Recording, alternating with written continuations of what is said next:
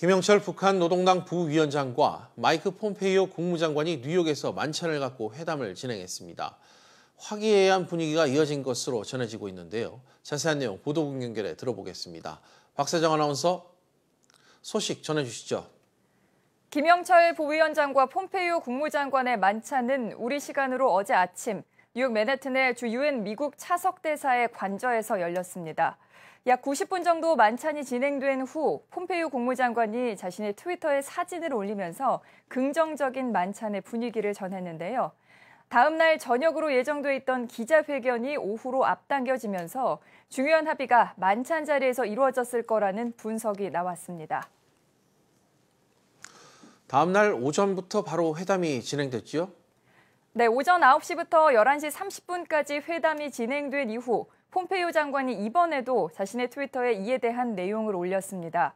그는 북한에서 온 팀과 함께 실질적인 대화를 했다며 두 정상들 사이의 잠재적 정상회담을 위한 우선순위에 대해 논의했다고 밝혔습니다. 또한 오늘 회담에서 좋은 진전이 이루어졌다며 북한과 세계는 한반도의 비핵화로부터 크게 이득을 보게 될 것이다라는 글도 올렸습니다. 트위터에 이런 글을 올린 걸로 봐선 미국 측에서 원하는 내용의 합의가 어느 정도 이뤄진 거라고 볼 수 있겠는데 곧바로 이어진 기자회견 소식도 전해주시죠.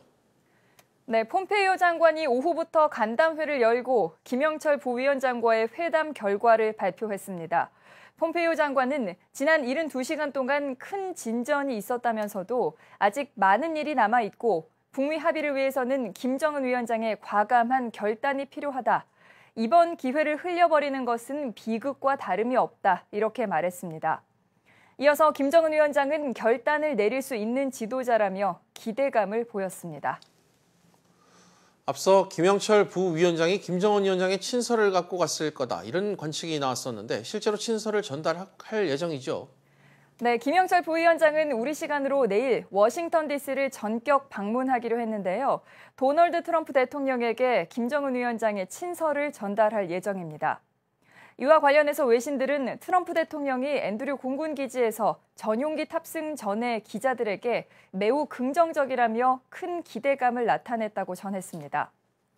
북한의 고위 인사가 미국의 수도를 방문하는 것이 18년 만인데다가 이번에는 김정은 위원장의 친서를 갖고 간다는 점에서 세계의 이목이 집중되고 있습니다.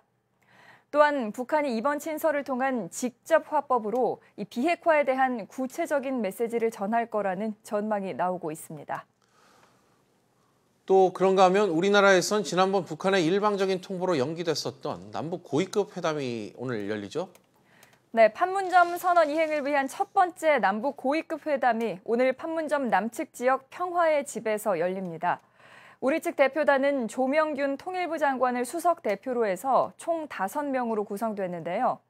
오늘 회담에서는 8.15 이산가족 상봉 행사를 논의할 적십자 회담과 군사 긴장 완화를 위한 장성급 군사회담의 날짜가 정해질 예정입니다. 또한 동해선과 경의선의 철도 연결과 현대화에 대한 논의, 아시안게임 공동 참가를 위한 논의도 이어질 것으로 전망됩니다. 지금까지 보도국에서 박세정이었습니다.